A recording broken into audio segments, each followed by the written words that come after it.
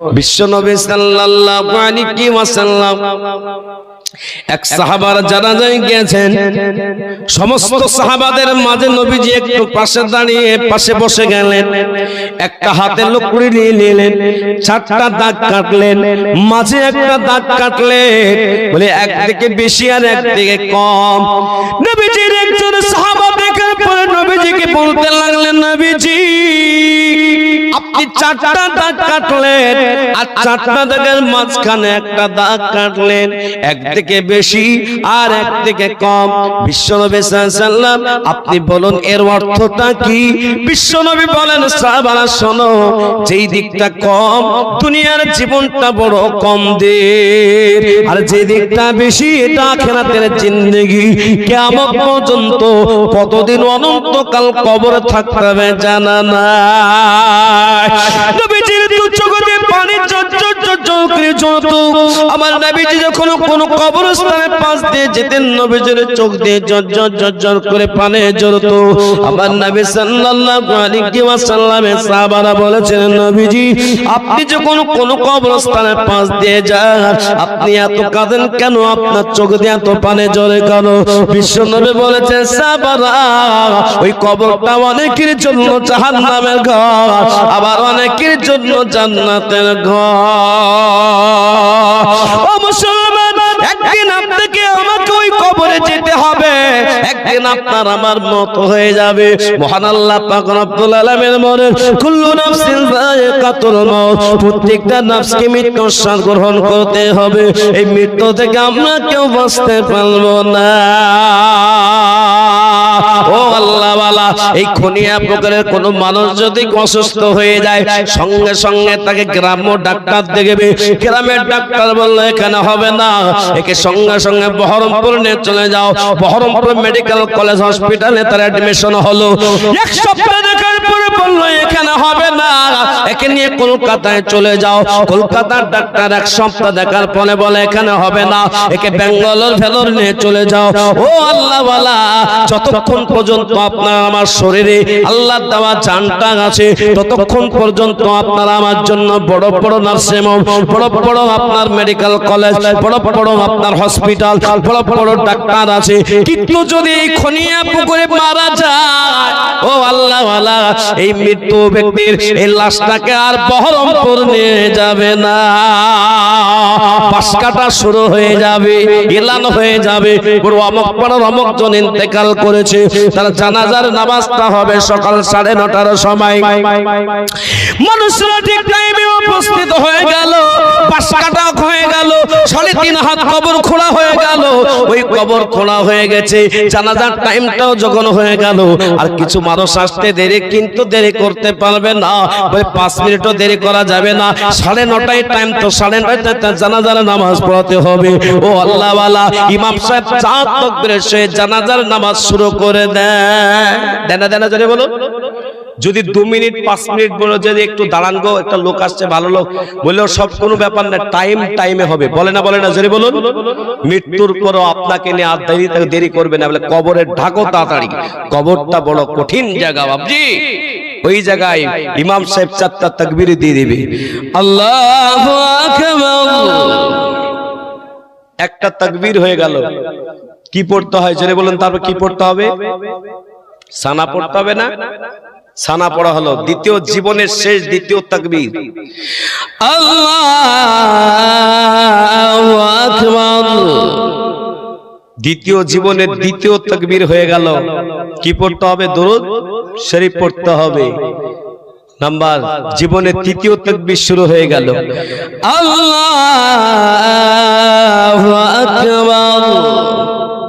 এবার দুআয়ে জানাজা পড়া শুরু হয়ে গেল, জীবনের শেষ তাকবীর, আল্লাহু আকবার। আসসালামু আলাইকুম ওয়া রাহমাতুল্লাহ, আসসালামু আলাইকুম ওয়া রাহমাতুল্লাহ। জীবনের শেষ সালাম দিদিকে হয়ে গেল। আর মানুষ যদি বলে যে একটা লোক চলে এসেছে গো, দেখেন গো, ওই লাশটা একটু খুলে দেখো, আর দেখানো হবে? আর দেখানো হয়? বলে আর দেখানো হবে না, জানাজা হয়ে গেছে। ও আল্লাহ ওয়ালা, আপনাকে আমাকে ঠিক তেমন ভাবে 4টা তাকবীর পড়ানোর পরে ওই 4টা তাকবীর জানাজার নামাজটা পড়ে দেওয়ার পরে আপনাকে আমাকে ওই কবরে রেখে চলে আসবে। ও আল্লাহ ওয়ালা, সবাই ওই মাটির নিচেতে 3.5 হাত মাটির নিচেতে, যে জায়গায় ডানে মাটি বামে মাটি নিচে মাটি, উপরে বাঁশের ছাউনি দিয়ে, উপরে আপনার কলার পাতাগুলো দিয়ে 3 মুষ্টি মাটি দিয়ে যখন সবাই বিদায় নেবে, ও আল্লাহ ওয়ালা, ওই কবরে আপনার আমার কাছে 2টো ফেরেশতা চলে আসবে। কটা জোরে বলো? ওই 2টো ফেরেশতার নাম কি জোরে বলো? মুনকার নাকি? ওই মুনকার নাকির ফেরেশতা আসার পরে বলতে লাগবে, মান রাব্বুকা, 3টা প্রশ্ন করবে। মান রাব্বুকা, তোমার রব কে ছিল বলো। আপনারা উত্তরটা দিবেন, তোমার রব কে ছিল বলো। জোরে বলুন না, এই জোরে বলুন, রব কে? তা আল্লাহ শব্দটা বলতে এত কৃপণতা কেন বাপ? আল্লাহ শব্দটা কেউ যদি 100 বার করে প্রতিদিন পড়ে, আল্লাহ সুবহানাহু ওয়া তাআলা তার বিভিন্ন রকম রোগ জ্বালা যন্ত্রণা মুসিবত আল্লাহ দূর করবে। আল্লাহ শব্দটা কেউ যদি 100 বার করে পড়ে, তো আল্লাহ শব্দটা জোরে বলতে পারবো না? পারবো না। আমাদের রব কে? জোরে বলুন, কে? আল্লাহ। এই তো ভালো আওয়াজ হচ্ছে। ও মুসলমান, আমি তাই সকলকে বলবো, আজকে আপনি আমি বলুন, আমাদের রব হলো আল্লাহ। মুনকার নাকির ফেরেশতা বড় খুশি হয়ে বলবে, 1 নম্বর প্রশ্ন ঠিক। বলে 2 নম্বরটা বলো, মা দিনুকা, তোমার ধর্মটা কি ছিল বলো। কি জোরে বলো? নাম্বার 3, মুনকার নাকির খুশি হয়ে বলবে, ও আল্লাহর বান্দা বলো, মা দিন মান নবিয়ুকা, তোমার নবী কে ছিল বলো। বলো নবী কে ছিল বলো। বলুন নবী মুহাম্মদ। জোরে বলুন নবী মুহাম্মদ। মুহাম্মদ नहीं মুহাম্মদ। জোরে বলুন মুহাম্মদ সাল্লাল্লাহু আলাইহি ওয়াসাল্লাম। ও মুসলমান, এই 3টা প্রশ্ন উত্তর যদি আপনার আমার জবানে ওই কবরে আপনাকে আমাকে রেখে চলে আসবে, 3টা প্রশ্ন মুনকার নাকিরের যদি উত্তর দিয়ে দিতে পারে, ওই মুনকার নাকির আল্লাহ পাকের কাছে গিয়ে বলতে লাগবে, আল্লাহ আপনার প্রিয় বান্দা বান্দি কবরে 3টা প্রশ্নের উত্তর দিয়ে দিয়েছে। আল্লাহ পাক বলবে, আমি শুনে নিয়েছি, যাও যাও, দেরি করো না, আমার ওই বান্দা বান্দির জন্য জান্নাতের পোশাক নিয়ে জান্নাতের পোশাক পরিয়ে দাও, জান্নাতের বিছানা বিছিয়ে দাও, আর জান্নাতের বিছানার সঙ্গে সঙ্গে জান্নাতের বালিশ দিয়ে দাও। আর আমি আল্লাহ তোমাকে বলি, ফেরেশতা যাও, জান্নাতের সঙ্গে আলবাব একটা দরজা লাগিয়ে দাও। আমি আল্লাহ কিয়ামত পর্যন্ত ওই কবরে জান্নাতের সুগন্ধ হাওয়া তার কবরে পৌঁছে দেব। জোরে বলুন সুবহানাল্লাহ। আর একটু জোরে বলুন সুবহানাল্লাহ। ও মুসলমান, শুনে রেখে দিন, ওই কবরটা জান্নাতের জায়গা হয়ে যাবে। কিন্তু আপনার আমার জীবনতে যদি বের হয়ে যায়, লাদরি লাদরি লাদরি, জানি না বলতে পারবো না। মুনকার নাকির ফেরেশতা আল্লাহর কাছে গিয়ে বলবে, আল্লাহ আপনার বান্দা বান্দি 3টা প্রশ্নের উত্তর দিতে পারে না। সঙ্গে সঙ্গে আল্লাহ পাক বলবে, আমি শুনে নিয়েছি, বলতে পারে নাই, জাহান্নামের পোশাক নিয়ে যাও, আগুনের পোশাক নিয়ে যাও, আগুনের বিছানা নিয়ে যাও, আর কিয়ামত পর্যন্ত একটা সাপ তার জন্য নিযুক্ত করে দাও। আমি আল্লাহ কিয়ামত পর্যন্ত আরো বলছি, শোনো, কিয়ামত পর্যন্ত আলবাব জাহান্নামের সঙ্গে একটা দরজা ফিট করে দাও। কিয়ামত পর্যন্ত আমি আল্লাহ তার কবরে কিয়ামত পর্যন্ত জাহান্নামের আগুনের হাওয়া আমি আল্লাহ পৌঁছে দেব। ও মুসলমান, আমরা যারা আজকে বসে গেছি, বলুন খুশি না বাজার? জোরে বলুন খুশি না বাজার? ও মুসলমান, ও আল্লাহ ওয়ালা, আপনি আমি রাত্রি বেলায় ঘুমিয়ে যাব, ঘুম থেকে উঠতে পারবো এ গ্যারান্টি না। দমকল রঘুনাথপুর বলে একটা জায়গা আছে, ওই জায়গাতে আমি জুমার নামাজ পড়াই। মাঝে মাঝে কেউ যখন মারা যায় আমি জানাজার নামাজ পড়াতে যাই।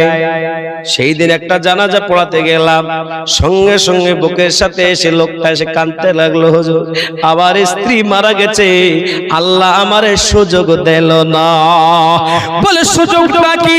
বলে রাতের বেলা ঈশার নামাজ পড়ে আসলাম, বিবিও এশার নামাজ পড়ছে, এশার নামাজ পড়া হলো, আমরা একই সঙ্গে খানা খাওয়ার পরে আমরা গল্প গুজব হলো, তারপরে যখন রাত্রিতে ঘুমিয়ে পড়লাম, প্রতিদিন আমার বিবি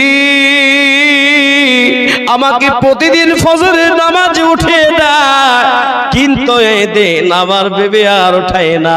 আমি আমার বিবির বিবির পিঠের দিকে হাত দিয়ে বলি, ওগো উঠো, ফজরের আজান হয়ে গেছে, তুমি আর চালা পাও না কেন? একবার দুবার তিনবার পরে বলার পরে যখন কোনো উত্তর আসে না, নড়াচড়া করে না, আমি যখন মুখটা ঘুরিয়ে দেখি তার মুখটা হা হয়ে আছে, আর জনমের মতন চোখটা বন্ধ হয়ে গেছে, বুকটা দেখে বুকটা নিস্তব্ধ হয়ে গেছে। আল্লাহ দেওয়া জানে নিয়েছি, হুজুর আমাকে সুযোগ দিল না বলার অর্থ হলো আল্লাহ আমারে ডাক্তারখানায় নিয়ে যাওয়ার সুযোগ দিল না, নার্সিংহোমে নিয়ে যাওয়ার সুযোগ দিল না, হসপিটালে নিয়ে যাওয়ার সুযোগ দিল না। এইভাবে করে কাঁদতে লাগলো। ও আল্লাহ পাকের প্রিয় বান্দা, আমি জামিরুল ইসলাম এই জায়গায় এসেছি, আগামী কালকে আমি যাব বেলডাঙ্গা মোছমপুর মাদ্রাসা জলসায়, আমি কালকে পৌঁছাবো বা আমি বাড়িতে পৌঁছাবো এই গ্যারান্টি না, কখনো মত হয়ে যাবে। যদি মওতটা হয় ঈমানের সাথে, যদি মত হয়ে যায় কালেমার সাথে, যদি মত হয়ে যায়, বিশ্বনবী সাল্লাল্লাহু আলাইহি ওয়াসাল্লাম বলেন, মান ক্বালা লা ইলাহা ইল্লাল্লাহ মা তাকাদ্দামা মিন যামবিহি, আল্লাহর নবী সাল্লাল্লাহু আলাইহি ওয়াসাল্লাম বলে যাদের কালেমা নসিব হয়ে যাবে আল্লাহ পাক তাদের পেছনের সমস্ত গুনাহ maaf করে দেবে। আল্লাহর নবী আর বলেন, মান ক্বালা লা ইলাহা ইল্লাল্লাহ মা ফাদাখালাল জান্নাহ, যারা কালেমা নসিব হয়ে যাবে আল্লাহ তাদের জান্নাত দেবে। জোরে বলুন সুবহানাল্লাহ, একবার জোরে বলুন তাকবীর। ও মুসলমান, আজকে মুসলমান কালেমাটা পড়তে জানে না, কালেমাও জানে না। এ আল্লাহ ওয়ালা, আপনারা তো বড় ভাগ্যবান, খুনিয়া পুকুরের মানুষ তো বড় ভাগ্যবান যে আল্লাহ পাক আপনাদের দ্বারা একটা সুন্দর মাদ্রাসা বানিয়ে নিয়েছে, এবং এই মাদ্রাসা একজন হাফেজে কোরআন হয়েছে। এই হাফেজে কোরআন আজকে আপনাদের সামনে এক্ষুনি কিছুক্ষণের ভিতরে 10-15 মিনিটের ভিতরে তার মাথায় পাগড়ি প্রদানের অনুষ্ঠান শুরু হয়ে যাবে। ও আল্লাহ ওয়ালা, আজকে যারা আপনারা এসে গেছেন, আজকে কত বড় ভাগ্যবান বলুন। আপনি আমি মারা যাব, আপনি আমি মরে যাওয়ার পরে আপনার ছেলে, আপনার মেয়ে, আপনার বাবা, আপনার মা যা চলে গেছে, বলুন মা হারা বাবা হারা, আজকে কতবার আপনারা দোয়া করেন, কয় জায়গায় দোয়া করেন, ওয়াক্ত নামাজের পরে বাপ মার জন্য দোয়া করেন, বাপ মাকে যেমন ভুলে যান বাপ মাকে স্মরণ করেন না। আমি আপনাদের সকলকে বলি, মৃত্যুর পরে আপনার আমার ছেলে মেয়েরাও ভুলে যাবে, কিন্তু আপনারা এমন একটা মাদ্রাসা বানিয়েছি সবাই ভুলে যাবে, কিন্তু মাদ্রাসা ভুলবে না। একবার জোরে বলুন সুবহানাল্লাহ। মাসা ভুলবে না। রাতের বেলা এসে দেখছেন কেউ না কেউ কোরআন পড়ছে, ঠিক বলছে না ভুল বলছি? যে বলুন, কেউ না কেউ কোরআন শরীফ পড়ছে। আমাদের এই তো 7 তারিখে জলসা হলো, 21 জনের মাথায় পাগড়ি প্রদান করা হলো।